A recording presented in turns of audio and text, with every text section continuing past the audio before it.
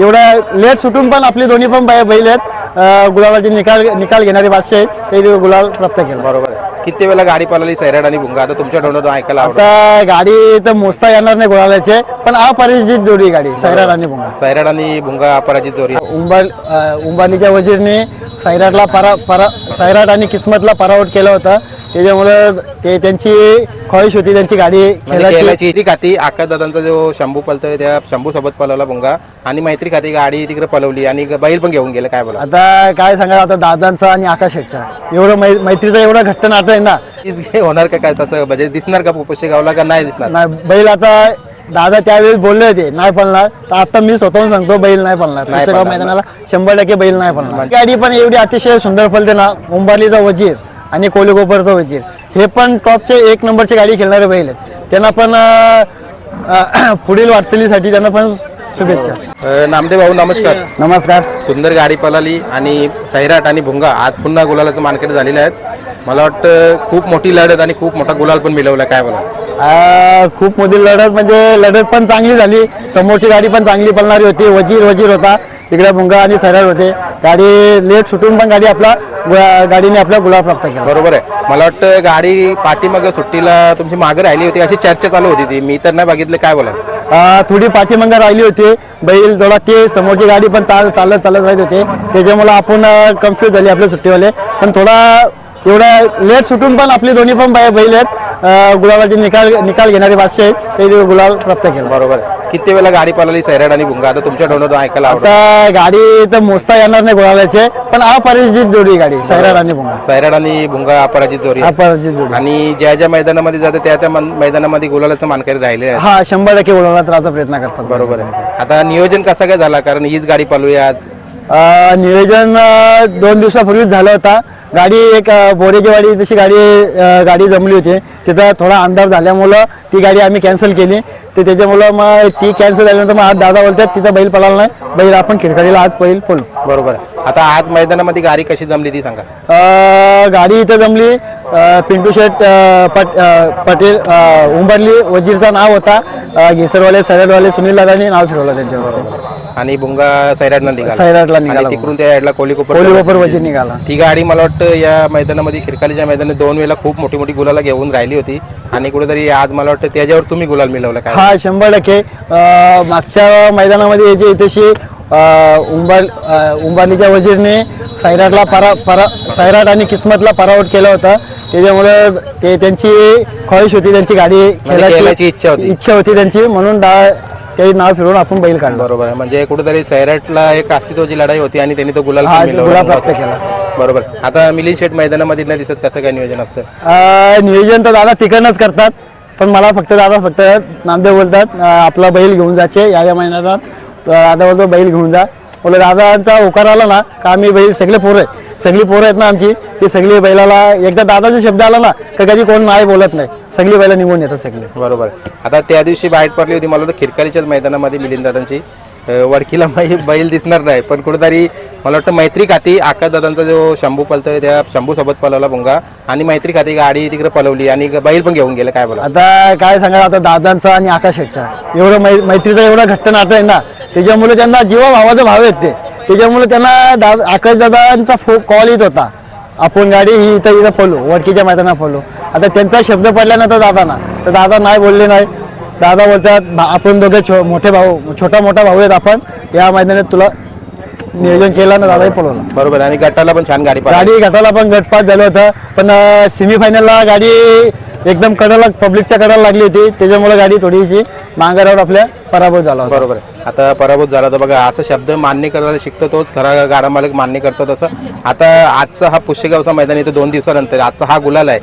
मग आज पण तीच होणार का काय? तसं म्हणजे दिसणार का पुशेगावला का नाही दिसणार? नाही बैल आता दादा त्यावेळेस बोलले होते नाही पळणार, तर आता मी स्वतःहून सांगतो बैल नाही पळणार. पुशेगाव मैदानाला 100% बैल नाही पळणार. म्हणजे बैल इथून गेल्यानंतर 2-3 दिवस बैल काय खायत नाही. त्याच्यामुळं बैल जास्त यावर तो नरम राहतो. त्याच्यामुळे दादांना मी आधीच बोललोय या पुशेगावच्या मैदानाला बैल घेऊन जायचं नाही. बरोबर आहे. आणि कुठेतरी मला वाटतं जरी भुंगा नाही गेला तरी भुंगाचे जे चाहते आहेत आता अखंड महाराष्ट्रभर झाले आहेत ते कुठेतरी भुंगाला मिस करतील. तर त्यांच्यासाठी काय बोलाल 2 शब्द? त्यांना बोलावं असं वाटतं. तेवढा मोठा मैदान आहे, पण कसं दादांचं इलेक्शन असल्यामुळे त्याच्यामुळं काही कारणास्तव आम्हाला नाही जमलं जायला. ही गाडी 20 तारखेला दादांचं इलेक्शन आहे, त्याच्यामुळं भुंगाला बैल आम्ही वरती 21 तारखेनंतर इलेक्शन फुटल्यानंतर ना निकाल लागल्यानंतर मग 100% वरती गाठव. बरोबर आहे. म्हणजे महाराष्ट्राच्या कानेकोपऱ्यामध्ये भुंगा दिसेल आपल्याला. 100% बरोबर. आता कायम बघतो आम्ही पंकज असतो गाडीवर, पण आज मला वाटतं कुणाल होता. कसं काय नियोजन झाला? दोन्ही ड्रायव्हर ते घरचेच आहेत. पंकज तर बोलला तर घरचाच आहे, दादाचा लहान भाऊ आहे. कुणाल ड्रायव्हर तर गाडी चांगली दाखवतो. मागच्या मैदानामध्ये पण इथेची गाडी पळाली तेव्हा पण त्यावेळेस पण कुणाल ड्रायव्हरच बसला होता. बरोबर. आता सर्वांची साथ बघा, कायम सोबत असणारे काही लोक, काय बोलाल? आता सांगतो बघा, टेम्पो ड्रायव्हरांचा तुमच्या गावाच्या बाजूतूनच येतो, डावरपाडा सोनू म्हणून नाव आहे त्याचा, तो येतो. परत बोआ असतो, रामदास असतो, शुभम असतो, रोहित असतो, ऋषी असतो, हे सगळं साथ असते. पण अजून पोरं इलेक्शन असल्यामुळे अजून पोरं यायची बाकी राहिलेत आमचे. परत आपलं SB ग्रुप म्हणजे शैलेश दादा भोये, या ग्रुपची कमीत कमी 10 ते 15 पोरं आमची ग्रुपला असतात, प्रत्येक शेतीला असतात. पण ते इलेक्शन असल्यामुळे ते येऊ शकत नाही. बरोबर आहे. आता आज गाडी जमल्यानंतर किती वेळ लागला खाली? कारण आता मला वाटतं मुंबईच्या मैदानाला खूप चांगलं असं नियोजन असतं. दीड पावणे 2 तास तर 100% लागले. ते गाडी गर्दी भरपूर होती गाडी, त्याच्यामुळं गाडी सुटायला टाइम झाला. बरोबर आहे. आता त्या गाडीचं कौतुक काय कराल? कारण ती गाडी आणि तुमची गाडी दोन्ही छान पळवत्या, म्हणजे प्रेक्षकांचं मनोरंजन झाला, म्हणून त्या गाडीचं कौतुक काय? त्या गाडीला ती गाडी पण एवढी अतिशय सुंदर पळते ना. मुंबईचा वजीर आणि कोलीकोपरचा वजीर हे पण टॉपचे 1 नंबरची गाडी खेळणारे बैल आहेत. त्यांना पण पुढील वाटचालीसाठी त्यांना पण शुभेच्छा. मग येणाऱ्या कालामध्ये ह्या गाड्या पण पळतील का? वजीर दादांशी कॉन्टॅक्ट झाल्यानंतर दादांचा असं काय बोलणं होईल त्याला 100% बरोबर. आताच मगाशी एक विजय शेठ शेलके डेरिवली यांच्या पाखरेची मुलाखत झाली. सुरुवातीला कुठेतरी भुंगा आणि पाखरे गाडी पळायची आणि त्या कुठेतरी आठवणी त्यांनी जागे केल्या आणि कुठेतरी त्यांनी एक आश्वासन दिलं आहे का येणाऱ्या कालामध्ये कदाचित हा फेरा किंवा गाडी पळू शकते. काय बोला?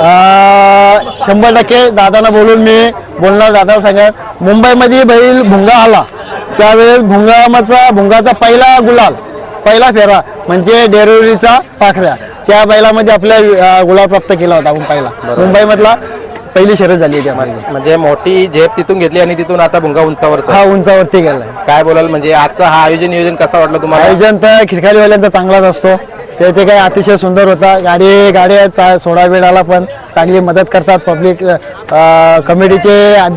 कमिटीचे माणसं भरपूर असतात, अतिशय लवकर सोडायचा प्रयत्न करतात. बरोबर आहे. जेवढ्या मोठ्या गाड्या असतात त्यांना पटापट गाड्या सोडायचा प्रयत्न करतात. बरोबर. आता शुभम दादा बघा, इकडे पुढे येऊन पण गाडी थांबवतो आणि इकडे खाली सुट्टीला पण कसं काय नियोजन असतं सांगा ना? शुभमचा बैलावरती जास्त जीव आहे.